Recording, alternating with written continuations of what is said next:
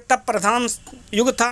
तप के लिए जंगलों में रहकर ब्रह्म ज्ञान प्राप्ति करने की परंपरा थी। आपके विष्णु पुराण के श्लोक है, वे ब्रह्मणि वेदितव्ये शब्द ब्रह्म परम च यत् शब्द ब्रह्मणि निष्णातः परम ब्रह्म अधिगच्छति। परम ब्रह्म की प्राप्ति के लिए पराविद्या तत्व ज्ञान की प्राप्ति की सीढ़ी आवश्यक है और शब्द ब्रह्म अक्षर ब्रह्म वही साधन है। इस संदर्भ में गीता की प्रसिद्ध श्लोक स्मरणीय है, द्वाइमो लोके पुरुषो क्षर अक्षर एव च क्षर सर्वभूतानि कूटस्थो अक्षर उच्यते। गीता के अनुसार क्षर प्रकृति स्वरूप सभी सजीव, कूटस्थ अक्षर पुरुष का मुख्य स्वरूप ही है। वस्तुतः दोनों पुरुष ही हैं। पुरः उष समाज पिंड के निकट है, जो वह पुरुष है। समाज पिंड का प्रतिनिधि पुरुष कहलाता है। इसीलिए कहा गया है यत मुंडे तत्पिंडे। आत्मा के 4 चरण हैं और स्थूल शरीर क्षर प्रकृति है, किंतु सूक्ष्म शरीर कुटस्थ शुद्ध शरीर है। इष्ट मित्र की चेतनाओं से पोषण पाता है। कारण शरीर कुटस्थ अक्षर शरीर है। गुरु ऋषि मुनि संत संकल्पवान नेता थलाइवा अक्षर शरीर होता है। और तुरीय शरीर वस्तुतः तप शरीर है, तत्वमय शरीर है, पंच महाभूतों में से एक शरीर है। और जब आप गुण दोषमय इन तत्वमय शरीर पंच महाभूत में से एक शरीर से उन्नत भाव विचार को प्रतिष्ठित कर निरपेक्ष बन जाते हैं, जाति वंश व्यक्तिवाद स्वार्थ से उठ करके निर्णय लेने वाले बन जाते हैं, तो आप पुरुषोत्तम वासुदेव बन जाते हो। और यह जो प्रकृति है, शरीरधारी प्राणी वनस्पति पंचमहाभूत हैं, वस्तुतः अक्षर ब्रह्म का अभिव्यक्त स्वरूप है, जिसे सप्त संधव सभ्यता के वर्णमाला द्वारा जाना जा सकता है, जिसका प्रवर्तन वाग्देवी की प्रेरणा से भगवान रुद्र ने किया था। आइए तिल के पत्र पुष्प फल का शब्द विन्यास करते हैं। सबसे पहले तिल का पत्ता पत्र। उस युग में लगभग सभी वनस्पतियों को पत्र ही संबोधित किया जाता था। पकार संकेताक्षर एवं तकार संकेताक्षर से युक्त होने के कारण पत्र को पत्र संबोधित किया जाता है।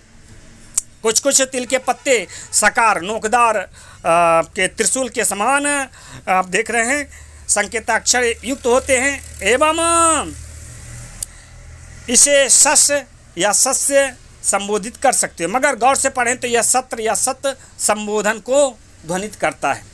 अब दूसरा तिल का पुष्प। तिल का पुष्प 2 अवस्थाओं में भिन्न भिन्न संबोधन को प्रस्तुत करता है।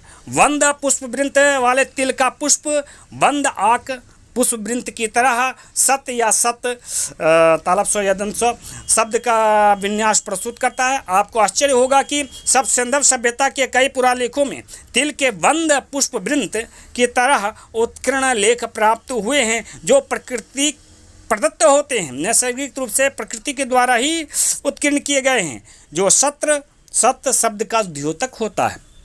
आप जानते हो कि देव विशेष को विशेष पत्र पुष्प फल ही अर्पण किया जाता है। भगवान शिव को आक धतूरा बहुत प्रिय है। धतूरा का खिला पुष्प ओम नमः शिवाय को ध्वनित करता है। वैदिक युग में सभी शिव भक्त मंत्र जाप करने में असमर्थ रहे होंगे अथवा नागलिंगा लिपि को एक पीढ़ी से दूसरे पीढ़ी तक पहुंचाने के लिए यह परंपरा प्रचलित की गई होगी।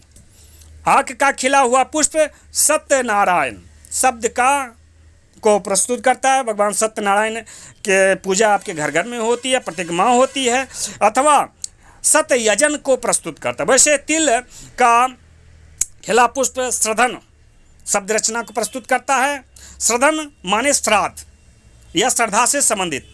स्पष्ट है तिल का श्राद्ध कर्म में प्रयोग क्यों किया जाता है और क्यों पितरगण तिल अर्पण करने पर संतुष्ट होते हैं।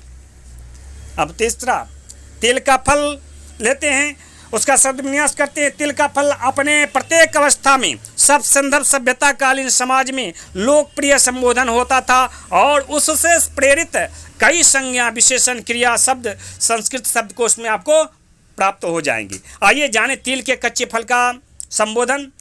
तिल का कच्चा फल। तिल के कच्चे फल का बाह्य विन्यास जब किया जाता है, नागलिंगा लिपि में चित्रांकन करते हैं, तो यह पपु उग्रह या पुपा उग्रह शब्द विन्यास को ध्वनित करता है। यह दोनों ही शब्द सत्संदर्भ सभ्यता के लोकप्रिय शब्द हैं। पपु संस्कृत शब्द का तात्पर्य आपके धात्री या धाता पितर होता है। वहीं पुप का तात्पर्य चावल का पुआ, जिसे